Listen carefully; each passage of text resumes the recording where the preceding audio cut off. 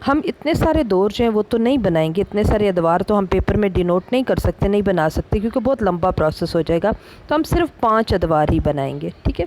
5 ادوار بنانے کے بعد ان سب باقی ماندہ ادوار کی جگہ پہ دیکھیں ڈیش چھوڑ دیے، خالی جگہ چھوڑ دیے۔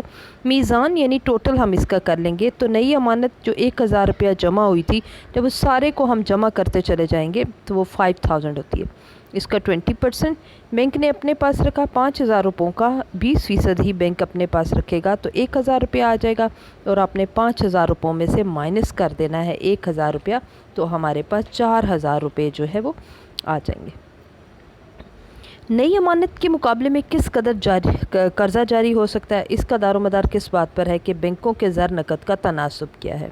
یہ بات یاد رکھیے گا، جتنا زر نقد کا تناسب زیادہ ہوگا، جیسے 20 سے یہ بڑھ جائے، 30 ہو جائے، 40 ہو جائے، 50 ہو جائے، تو زر کی تخلیق کم ہوگی، اور جس قدر زر نقد کا تناسب کم ہوگا اسی قدر زیادہ قرضہ جاری ہوگا۔ اعتباری زر جو ہے، اس کی ہمارے پاس جو فارمولہ ہے وہ کیا ہے؟ اعتباری زر کی تخلیق ایکول ٹو نئی امانت ڈیوائیڈڈ بائی زر نقد کا تناسب۔ نئی امانت کتنی تھی؟ 1000 روپیہ ڈیوائیڈڈ بائی زر نقد کا تناسب کتنا تھا؟ 20، اور آپ اس کو پرسنٹیج کو ہٹا کے ڈیوائیڈڈ بائی 100 لکھ دیں گے۔ نئی امانت 1000 ملٹیپلائی بائی، اور جو ہے وہ ڈینومینیٹر کے نیچے ویلیو ہے تو وہ الٹ ہو جائے گی، 100 ڈیوائیڈڈ بائی 20، تو ہمارے پاس آنسر جو ہے وہ 5000 ہے۔ تو اب 1000 روپیہ بینک میں جمع کروایا گیا، ٹھیک ہے، لیکن زر کی تخلیق کتنی ہوئی؟ 5000 روپے، اور نیا قرضہ جو ہے وہ کتنا جاری ہوا؟ 4000 روپے۔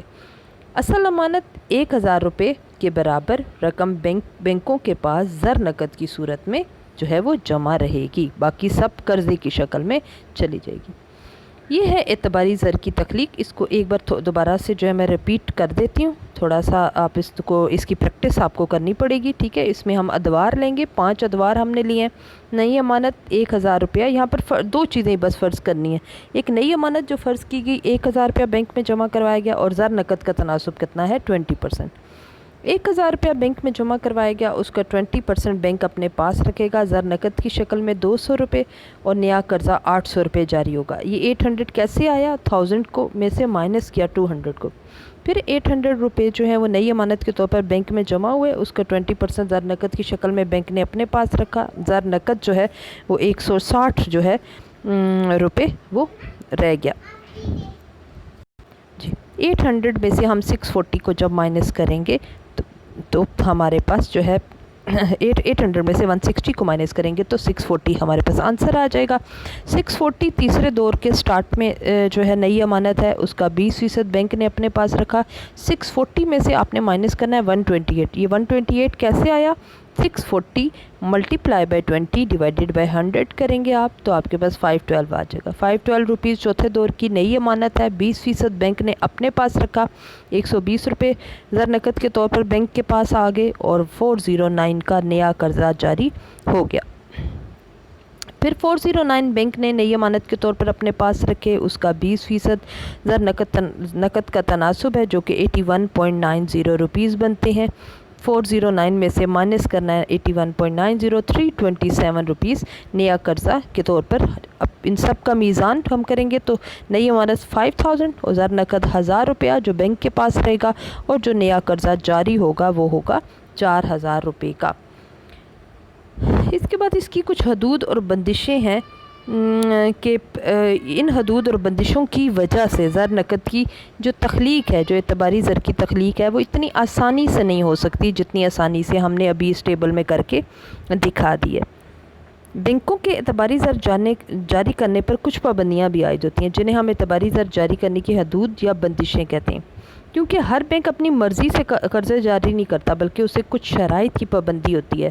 یہی پابندیاں اعتباری زر جاری کرنے کی حدود کہلاتی ہیں۔ ایک پہلی پابندی تو یہ ہے کہ زر نقد کی ضرورت۔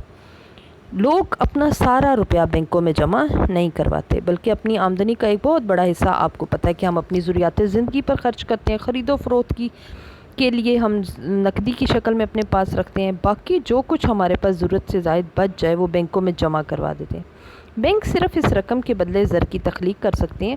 بینکوں کو بھی ان امانتوں کا کچھ حصہ نقدی کی صورت میں اپنے پاس جمع کرنا پڑتا ہے تاکہ لوگوں کو ادائیگی آسانی سے کی جائے، اس لیے زر کی تخلیق محدود پیمانے پر ہوتی ہے، اتنی آسانی سے نہیں ہوتی۔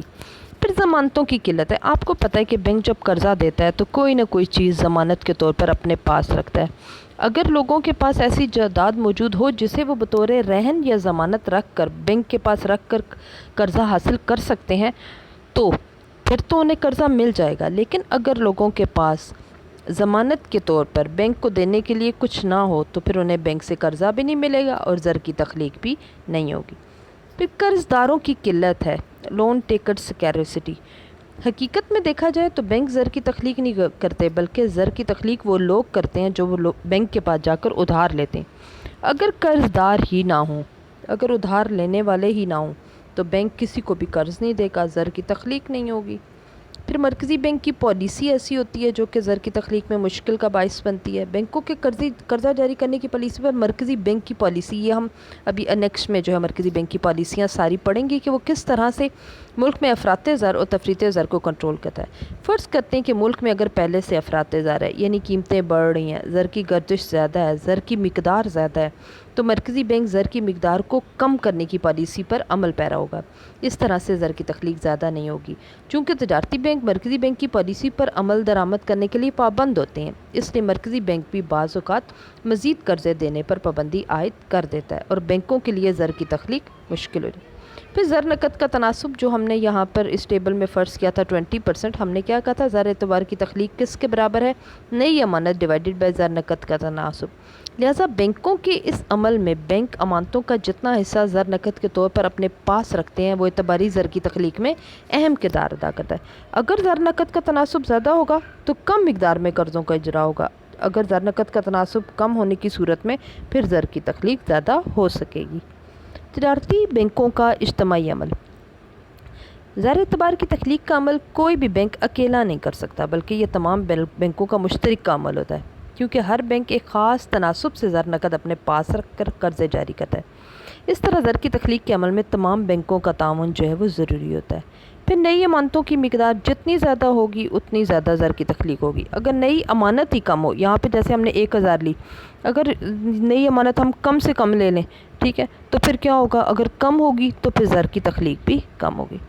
معاشی حالات، اگر معاشی حالات ملک میں اچھے ہیں، گرم بازاری ہے، تو پھر تو زر کی تخلیق زیادہ ہوگی، لیکن اگر سرد بازاری ہے، کساد بازاری ہے، نئی سرمایہ کاری ہی نہیں ہے تو لوگ قرضے بھی نہیں لیتے، اس لیے زر کی تخلیق جو ہے وہ بھی کم ہو جائے گی۔ اس ٹاپک کو فی الحال جو ہے وہ ہم اتنا ہی رکھتے ہیں۔ مرکزی بینک کے فرائض جو ہے وہ انشاءاللہ تعالی ہم نیکسٹ جو لیکچر ہوگا اس میں آپ کو کراؤں گی۔ یہ تھوڑا لمبا ٹاپک تھا، اس لیے اس کو جو ہے وہ میں نے الگ سے رکھا ہے کہ یہ ایک پورا الگ طریقے سے سمجھایا جائے تاکہ آپ کو یہ سارے کا سارا سمجھ میں آئے۔ تو اس کو تھوڑا سا ریوائز جو ہے وہ میں کرا دیتی ہوں۔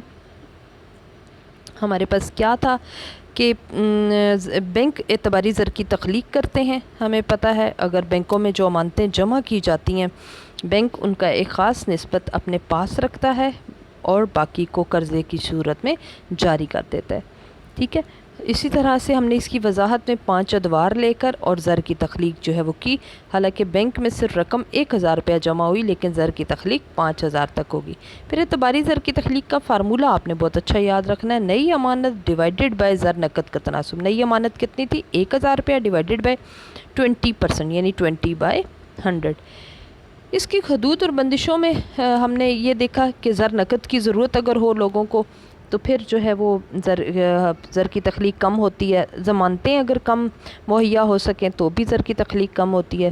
قرض دار جتنے کم ہوں گے زر کی تخلیق بینک کم کر سکے گا۔ مرکزی بینک کی پالیسی جب افراط زر کو وہ کنٹرول کرنے کے لیے زر کی تخلیق کو کم کر دے گا، زر کا تناسب جتنا زیادہ ہوگا زر کی تخلیق کم ہوگی، زر کا تناسب جتنا کم ہوگا زر کی تخلیق جو ہے وہ کم ہو جائے گی۔ جتنی زر نقد کا تناسب کم ہوگا زر کی تخلیق زیادہ ہوگی، جتنا زر نقد کا تناسب زیادہ ہوگا زر کی تخلیق کم ہوگی، یعنی اپوزٹ ریلیشن ہے۔ پھر تجارتی بینکوں کا آپس کا اجتماعی عمل جو ہے وہ زر کی تخلیق میں مدد دیتا ہے۔ نئی امانتیں جتنی زیادہ ہوں گی اتنا ہی زر زیادہ تخلیق ہوگا، اور کسی ملک کے معاشی حالات جتنے زیادہ اچھے ہوں گے، خوشحالی ہوگی، پھیلاؤ ہوگا، زیادہ منافع ہوگا اور سرمایہ کاری روزگار زیادہ ہوگا تو زر کی تخلیق جو ہے وہ بھی زیادہ ہو جائے گی۔ اس ٹاپک کو جو ہے وہ یہیں تک ہی بس رکھتے ہیں، ٹھیک ہے۔ اس کی آپ نے ٹیبل کی پریکٹس جو ہے وہ کرنی ہے. اس کو کاپی پہ بنانا ہے. پہلا دور خود لکھنا ہے اور پھر اگلے جو ہیں وہ خود سے آگے کرتے چلے جانا ہے. ٹھیک ہے کلاس؟ اوکے، اللہ حافظ.